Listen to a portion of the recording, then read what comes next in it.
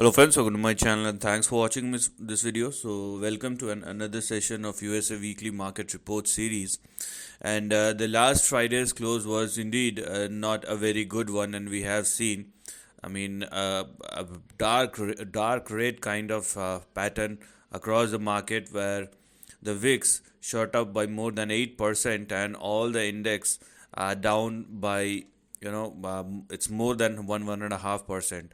Now, if you recall my previous video, which I have made last week, I have talked about a limited upside, and instead of a limited upside, even I have a suspicion about the up move, but instead of that, overall you can clearly see a big downtrend if you are looking at the near term, because we are talking about the past 1 week and the upcoming 1 week. So in that sense, this kind of moves are indeed a big one.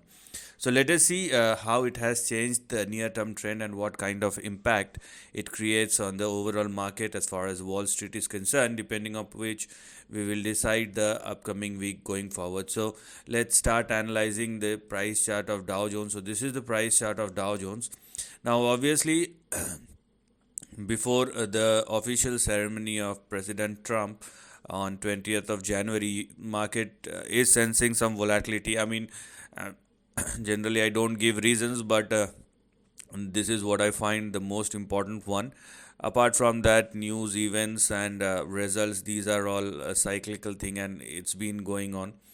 Okay, so that's a regular thing. But the kind of price structure we have right now indicates volatility, and for now, as far as Dow Jones is concerned, we have 42,650 as far as the upper end or red target or resistance is concerned. And if Dow Jones continue to trade below 42,650, we then have our next big support at 41,227. And if I want to stretch this a bit, then we have 40,022. So these two levels now going to be our next two big supports as far as Dow Jones is concerned, because the close indeed is not at all a good one. So obviously it will take time. Meanwhile, we have this green line, which is the 200-day moving average, which may also take participation and work as a support. So generally, in the near term, you will find your next big support in between 40,022 and 41,227. Now, let's go and check out the price chart of Nasdaq. And here we are. For Nasdaq, we have a kind of a small range breakdown pattern. Okay, you can clearly see this lower highs and lower lows kind of structure we have for Nasdaq, which is not at all a good one.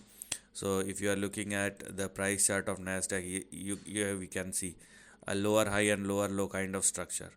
Okay, so with this kind of structure, obviously this particular line will now be our let me show it to you. So this particular line will now be our target or resistance.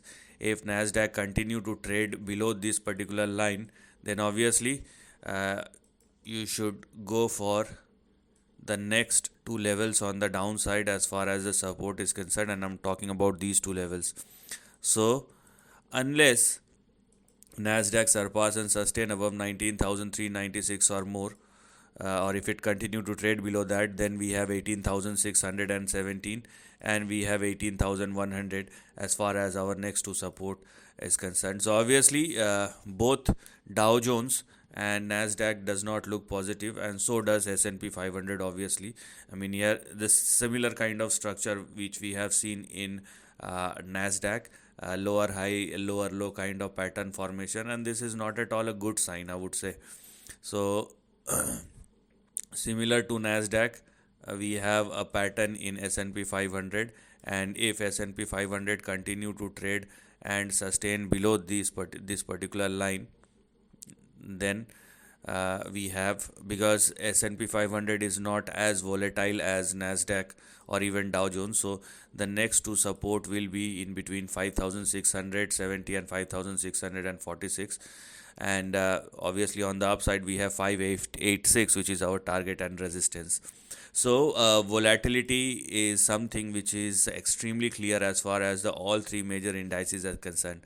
Now the question is, what's the reason or rationale behind that? And I keep on saying this thing for the last couple of months that focus on dollar index. This is not at all a good price pattern, because we have a range breakout in the last 2 years, as we can clearly see, and dollar index is actually moving towards or preparing to move towards the upper end of the range, and it will be in between 113 114. So that's something which one should focus on. And if dollar index showing 5% or 6% kind of upside, you will you will calculate the same and put it on the same kind of fall on equity market. So here we are, price breakout at or above 107.5, and if a dollar index continue to trade and sustain above that, which it is right now and currently closed above 109.65, so the next two big targets are 113 and 114 or 115. Just keep your finger crossed that it's not going above 115. If it does, shoots even beyond 115 or more, then it will be a haywire kind of situation, and market across the globe will go, in doldrums, because it will create a havoc and you will see big price corrections. So hopefully I'll also keep my finger crossed, because I'm talking about a currency and not a stock. So hopefully only this part is active as far as the upside is concerned, and once it completed its rally up to or in between 113 and 115, from there you will see a correction. If it happens, that market will somehow can manage it, but if it does not, and dollar index surpasses 115 or beyond, then it's a very very tough scenario which we are deal which if it happens, then it's going to be something which is out of the box kind of scenario, or black swan event, I would say. Now let us discuss about the gold, because when currency is moving higher, obviously it will have an impact on gold. And here we are, gold futures is not falling down either, but it is not moving higher as well, so the trend remains the same over here. There is no doubt about it. So here we are. So this is the price chart of gold. It's consolidating. You can clearly see it's been a consolidation which is going on, which is a good sign, I would say. Instead of so it means what does it represent? So instead of falling down, you can clearly see a volatility, but that volatility is restricted within a range. It simply means that market does not have a faith on currency beyond a certain point.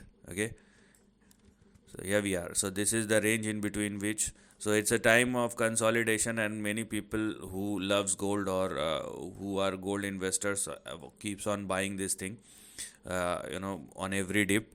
So we are talking about gold futures and not the gold spot price. So for gold futures, we have 2625 and 2600 as far as the support and stop loss is concerned, and we have 2805 as far as the upper end of the range is concerned. So this is how you're going to look at the price chart of gold futures. So this highlighted section is active overall. So it's indeed a strong move, I would say, because we have a consolidation which is going on instead of price correction. So net the market looks weak, and it may or it is clearly visible across the indices that dollar index is going higher, and so does the equity market will go lower. It's a equal balance.